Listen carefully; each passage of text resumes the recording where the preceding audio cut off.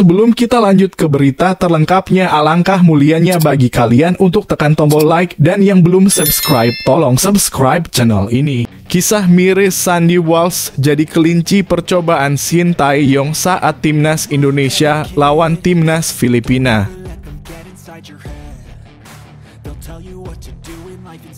Ternyata Shin Tae-yong sengaja mengalah atas Irak dan Filipina agar kekuatan taktik rahasianya tidak terbongkar di Piala Asia 2023 Qatar.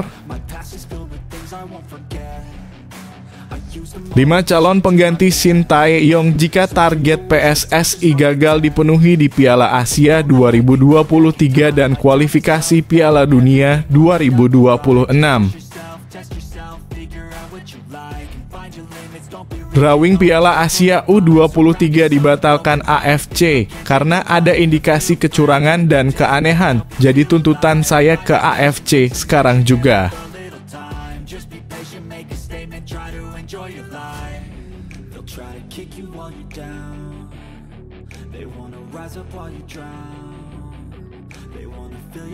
Kisah miris Sandy Walsh jadi kelinci percobaan Shin Tae-yong saat timnas Indonesia lawan timnas Filipina. Pada laga kontra timnas Filipina, pelatih asal Korea Selatan tersebut menempatkan 2 pemain berposisi bek kanan, yakni Sandy dan Asnawi Mangkualam. Keduanya diturunkan secara bersamaan. Mantan pelatih timnas Korea Selatan pada Piala Dunia 2018 ini menggunakan formasi dasar 3-5-2, namun berubah menjadi 5-3-2 dalam situasi tanpa bola. Pemain KV Mechelen tersebut berperan sebagai wingback kanan, sedangkan Asnawi tetap di depan. Sayangnya kombinasi tersebut tidak berjalan sesuai rencana. Hingga akhirnya pada menit ke-30 Sandy akhirnya ditarik mundur dan digantikan oleh Witan. Ditariknya sang pemain tentu menjadi pertanyaan. Bukan kali ini saja Sandy jadi korban Shin. Saat skuad Garuda pesta gol 6-0 melawan timnas Brunei Darussalam, dia tidak dimainkan di posisi naturalnya, yakni bek sayap kanan namun sebagai gelandang bertahan. Tidak hanya itu saja, pada laga FIFA Matchday September 2023 melawan Turkmenistan, pemain berusia 28 tahun ini juga ditempatkan sebagai bek tengah. Terkait hal tersebut, Sandy rupanya pernah mengatakan jika dirinya tidak keberatan untuk menjadi kelinci percobaan.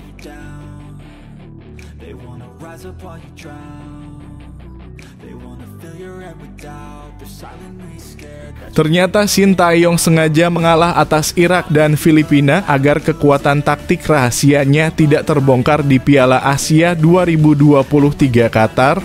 Menurut admin masuk akal karena Shin Tae-yong dan para pemain tampak santai sekali usai hasil minor ini.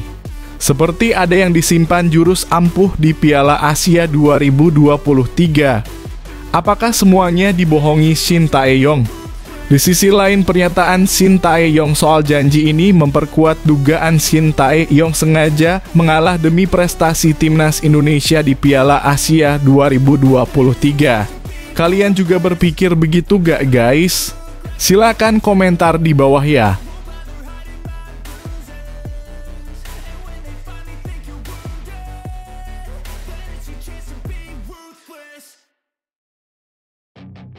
Lima calon pengganti Shin Tae-yong jika target PSSI gagal dipenuhi di Piala Asia 2023 dan kualifikasi Piala Dunia 2026. Semuanya sangat mengejutkan. Yang pertama ada Giovanni van Bronckhorst. Ia merupakan mantan pemain timnas Belanda. Dia memiliki darah Indonesia, tepatnya Maluku. Van Bronckhorst sudah lama menganggur sejak dipecat Glasgow Rangers pada November 2022. Dengan banyaknya pemain berdarah Belanda di timnas Indonesia, bukan tidak mungkin jika itu memudahkan Van Bronckhorst untuk melatih timnas Indonesia. Yang kedua ada Frank de Boer. Ia punya kaitan dengan Erick Thohir. Sebab pelatih asal Belanda itu menukangi Inter Milan pada 2016 ketika Erick Thohir memegang klub asal Italia itu. De Boer telah dikontrak oleh klub Uni Emirat Arab, Al Jazeera, pada Juli 2023 lalu. Namun kontraknya akan habis pada Juni 2024 dan itu bertepatan dengan selesainya kualifikasi Piala Dunia 2026 yang berarti nasib Shin Tae-yong sudah bisa ditaksir pada saat itu. Yang ketiga ada Joachim Low. Rumor ia menukangi timnas Indonesia pernah beredar pada tahun ini. Sang pelatih berusia 63 tahun sendiri masih menganggur hingga kini sejak meninggalkan timnas Jerman pada musim panas 2021. PSSI kini punya keterkaitan dengan sepak bola Jerman. Bukan tidak mungkin jika memang ada harapan menggait pelatih asal Jerman demi meningkatkan kualitas sepak bola Indonesia. Yang keempat ada Ruud van Nistelrooy. Ia merupakan pelatih asal Belanda lainnya yang sudah menganggur pada saat ini. Reputasinya sudah tak perlu dipertanyakan lagi sebagai pemain karena dia pernah membela Manchester United dan Real Madrid.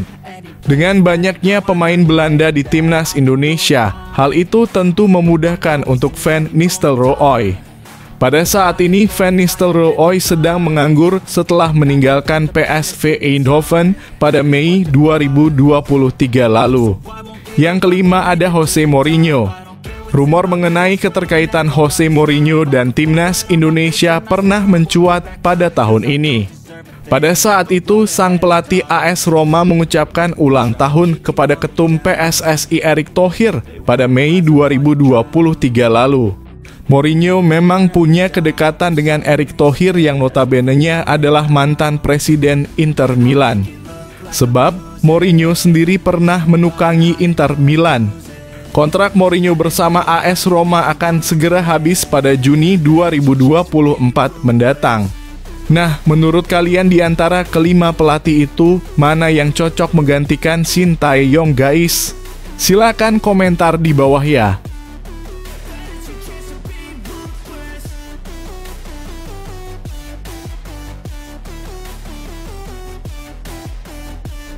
Drawing Piala Asia U23 dibatalkan AFC karena ada indikasi kecurangan dan keanehan. Jadi tuntutan saya ke AFC sekarang juga.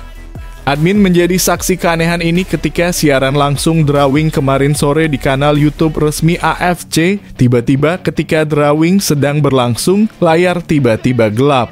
Banyak yang nggak tahu soal kejanggalan ini.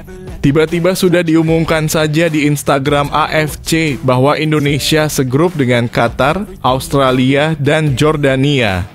Dan konyolnya lagi tuan rumah AFC yaitu Malaysia mendapatkan grup yang sangat mudah hanya melawan Uzbekistan, Vietnam, dan Kuwait. Belum apa-apa sudah ada indikasi kecurangan ini. Di sisi lain, skuad Malaysia asuhan Juan Torres Garrido itu setidaknya masih bisa bernapas lega.